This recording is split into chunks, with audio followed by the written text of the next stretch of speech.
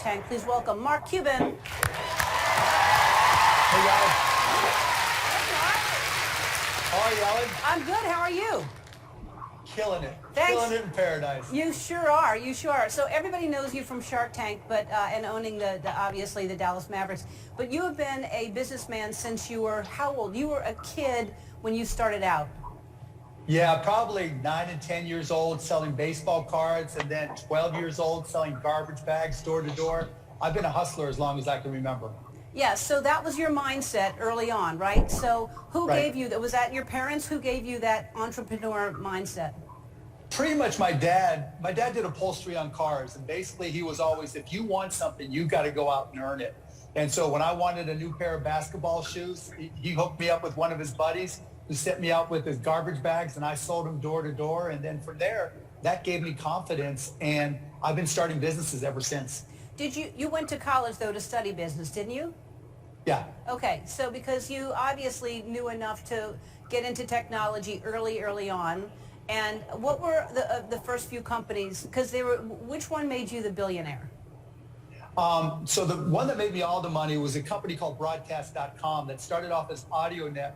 About 1995, I'd gone to Indiana University for business, and a friend of mine from school, Todd Wagner, and I, yeah, there you go, got together and said, you know, we got to use this new internet thing to be able to listen to Indiana basketball. So we started a company called AudioNet, which was the very first streaming company. And then we grew that, took it public, sold it for a lot of money, and then the rest is history. Yeah, a lot of money. In 4 years, Yeah. you sold it for a Yeah. lot of money. So, because it's easy, I think, when you have money to keep making money, because you have money to either invest or put in the bank and, Yeah. and earn interest. But how do you, what do you say to people to just right away, like, how do you get the money to even get there? You know, when you're first getting started, it's not about trying to raise money. I think that's one of the mistakes people make. I think you want to find a skill that you have that you could sell. You know, for me, it was selling garbage bags door to door. It was selling baseball cards. It was something that I could do. Shoveling driveways. You may be somebody that can make, you know, you have a skill at creating something. That's what you want to do. Find something you can do personally and go out there and find customers for it and then grow it. So that's what you look at also on, because I watch Shark Tank. I love that show. And I watch what you decide to invest in. And obviously you always invest in things that you're interested in. And even if it's a good idea, you don't want to invest in it because it's really not something you're interested in. So can you tell right away when they tell you the product that you're going to invest in it? Or how do you know if you're going to make an offer? You know, the first thing, and I'm going to give you a little Shark Tank secret, the hardest part of Shark Tank is going out. So when somebody comes in, I look for reasons to go out. And then if they then convince me that I shouldn't go out because it's a great product, it's unique in some way, or I love the entrepreneur and think I can really help them grow the company, that's what changes my mind. And then if it's something that I really care about, I mean, whether it, you know, just whatever it is, that's what gets me excited. What did you invest in on that show that you've made the most money? Which company? It was a company called Cycloramic, and what they did was they started off with an iPhone app that made your phone turn to make panoramic pictures.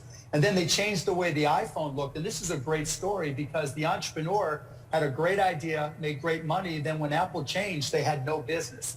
And so they pivoted to do something called computer vision.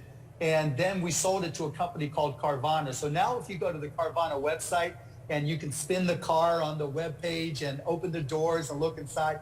That's from a Shark Tank company called Cycloramic. And that was just an incredible success where they went from almost being out of business to selling the company for tens of millions of dollars. Wow, that's incredible. Yeah, it was unbelievable. Yeah.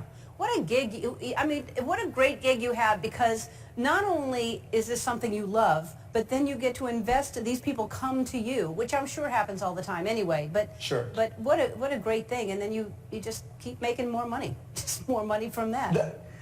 You know, it's fun because the best part of the show is that every day kids come up to me or parents come up to me and say, my kid started a business because we've been watching Shark Tank, and that really got them excited to be an entrepreneur. You know, the people who come on the show can be from anywhere, any circumstances, some small town, and they started in their garage, made it to Shark Tank, and then made it big. It's really exciting to be part of that.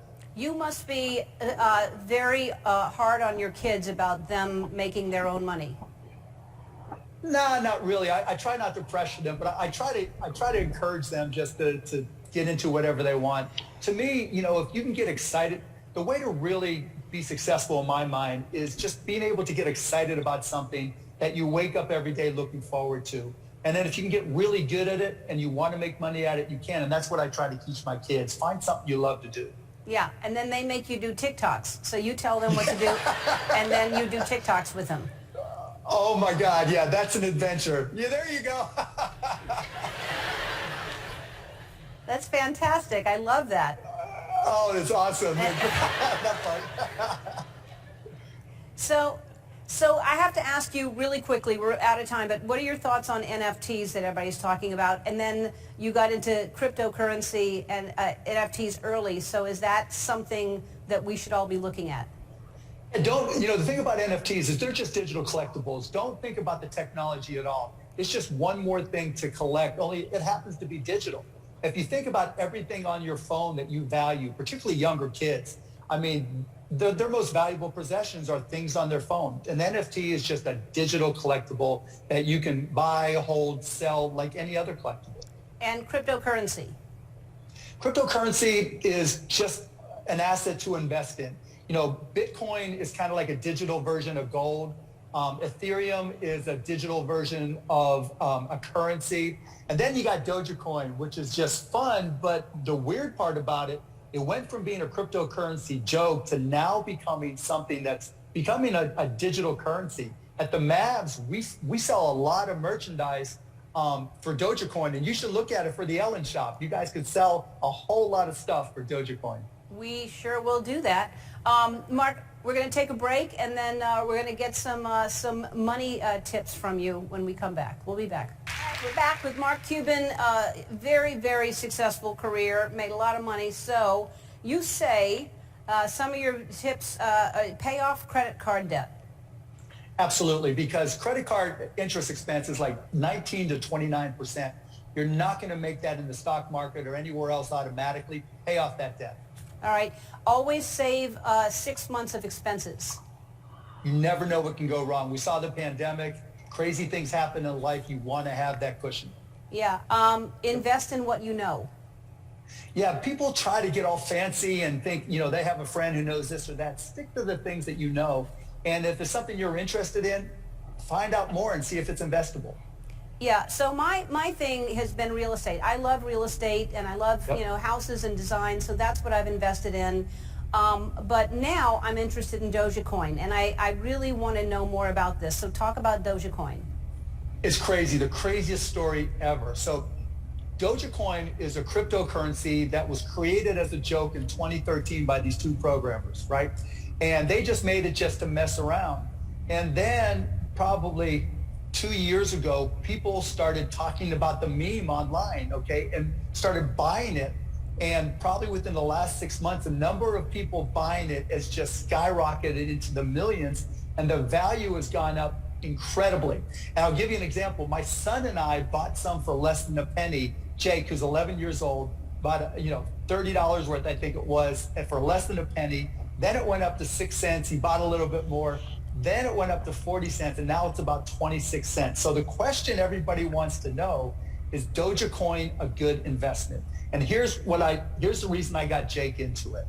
It's not necessarily the best investment you can make, but you can buy it on Robinhood, and signing up and trading on Robinhood is free. So that's one thing. The second thing is it's about 26 cents per Dogecoin.